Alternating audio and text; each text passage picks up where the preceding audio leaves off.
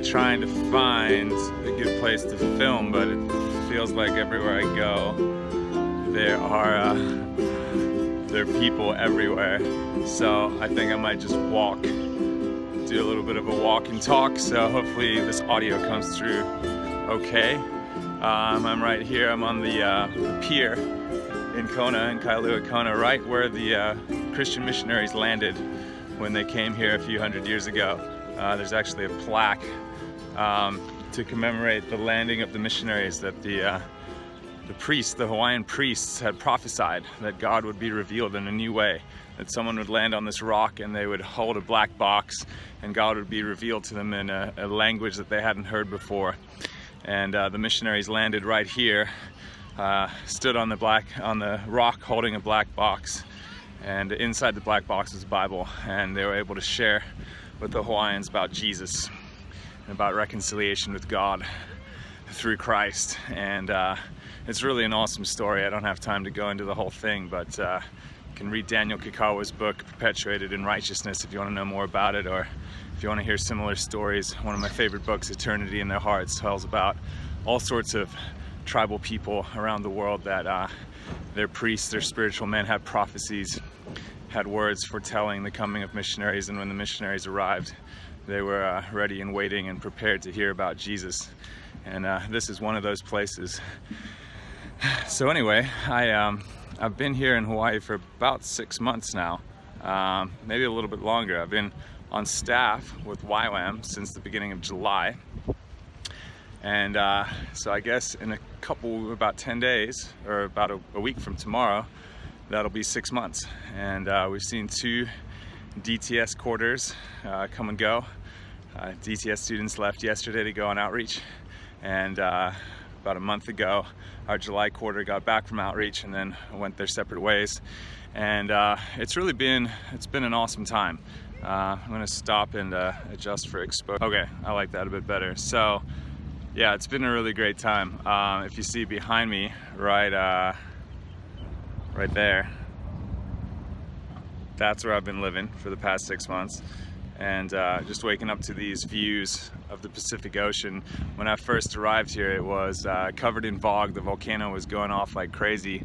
And I really felt encouraged that God had given me very specific words about coming to Kona, because it was really awful here. But a couple months later, it cleared up, and it's never been more beautiful, to be honest. It's never been more clear. And you know, I've talked to a few people that have lived here over the years, and I think none of us have ever seen it quite this beautiful here. So just very thankful that the volcano stopped. Some of the YWAM leaders up at the U of N Kona have been saying they've been praying for the fog to stop, and we saw God answer that prayer. And so it really hasn't been like this since the 80s. My phone is going crazy. Not really sure. Oh, there we go. Okay. So anyway, it's been a while, and I've been wanting to make an update because in my past couple videos I told the story about how I was living in LA and how I felt like God led me out here and kind of provided this amazing place for me to live and this community to be a part of. And you know, it's just been really, really great. It's obviously had some ups and downs, had some challenges and adjustments. But you know, I remember earlier in this year just praying and saying, God, I feel depressed. I feel hopeless about my future. And I know that you have good things for me, but right now I'm having a hard time believing that you do, you know, and just saying, please God, bring me to a place where I love the life that I have. I love the people that are in my life, and I just feel incredibly blessed, incredibly thankful. And I really feel like God has done that, has answered that prayer. And you know, in part, I think it's just been a work that He's done in my heart to open my eyes and be thankful for what I already had. And then at the same time, I feel like He's added a lot of amazing friends into my life, a lot of just amazing circumstances. It's a real blessing to be here in Hawaii. I've also had the opportunity to get involved with an orchestra here that literally has the same name as me. It's called Cook, Chamber Orchestra of Kona. And last night and the night before, I conducted half of their Christmas concert, which was a total blast, total blessing. Just a really, really great time. You know, when I was 26, I felt like God led me to go back to school and study music, and The music world is really crazy. It's really scary. A lot of times there's no guarantees, and it's just you kind of wonder if the work you're putting in is ever going to do anything good or see the light of day, or actually be a blessing to other people. And we had 2 sold out houses last night, and a lot of families, a lot of kids came, and I think everyone just really enjoyed the music, was super blessed by it, and it was really fun Christmas music. And then tonight we'll be doing a Christmas Eve service at Living Stones Church, which is really cool because it's just really about glorifying Jesus and sharing about him to people that maybe don't know. And I'll be in the choir. I've been helping do the choir with some friends, and so that's coming up tonight. And yeah, so I think just as I look back over the year, I think a couple things stand out. One is just immense thankfulness for the fact that God opened this door for me to come here and to enjoy living in Hawaii, to be in community with other Christians, to live right on the water.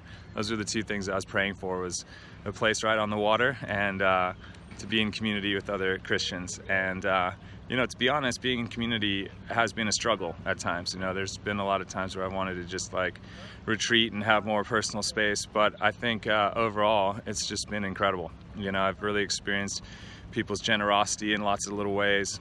A friend of mine, a new friend of mine who was here on the DTS, just stopped by my office the other day and gave me a Bible. And it was really touching. It was really meaningful to me because someone had done that to me on my DTS, had given me a Bible that I'd been praying for. And I think, Christian community at its best looks like God speaking to each other, speaking to each other and each one of us, and giving us ways to really meet what other people's heart's desires are. And just had a really great time getting to know a lot of the people that come in and out of our community, being blessed by them, and it's hard to put it into words. But I think another thing that really has stood out to me is that there's been, I think, a work that God has been doing in my heart where, about 5-6 years ago, I was finishing up my 2nd degree. I had gotten a job as a writer, and Ghost wrote a book that got published, and I felt like I had a ton of head knowledge about what it looked like to experience God's blessing in your life, to abide in God's goodness, to live a righteous life, live a blessed life. And yet there were a lot of, I think, just struggles that I kind of encountered in my day-to-day life at times that I couldn't make sense of. And just long story short, I just kind of got discouraged, and kind of fell into a time where I just kind of lost a bit of my I don't know, I just ended up I think long story short, there were things about unrighteous living, about worldly living, that even though I could explain in my head and explain, I think, quite eloquently, why they weren't good, why they didn't lead to blessing, I still found tempting. And for a period of time, I actually ended up spending quite a lot of time with my non-Christian friends. It was kind of this ping pong thing where I'd end up going out and having maybe a few too many drinks, and then getting carried away and doing things that weren't good. And I felt really torn up about it. And it wasn't necessarily a habit, it wasn't really something that I necessarily felt like I needed to get help for, although maybe I should have, I don't know. But there was just some struggles there, and some struggles to make sense. And something that has been really, I think, coming home for me is that God wants to write his laws on our hearts. And I used to think that meant that we obeyed God's laws because we loved him, rather than obeying his laws because we felt like a fear of punishment. But actually now I have come to think of it as God actually is able to do a work in our lives where he changes our hearts, and our desires become for good things.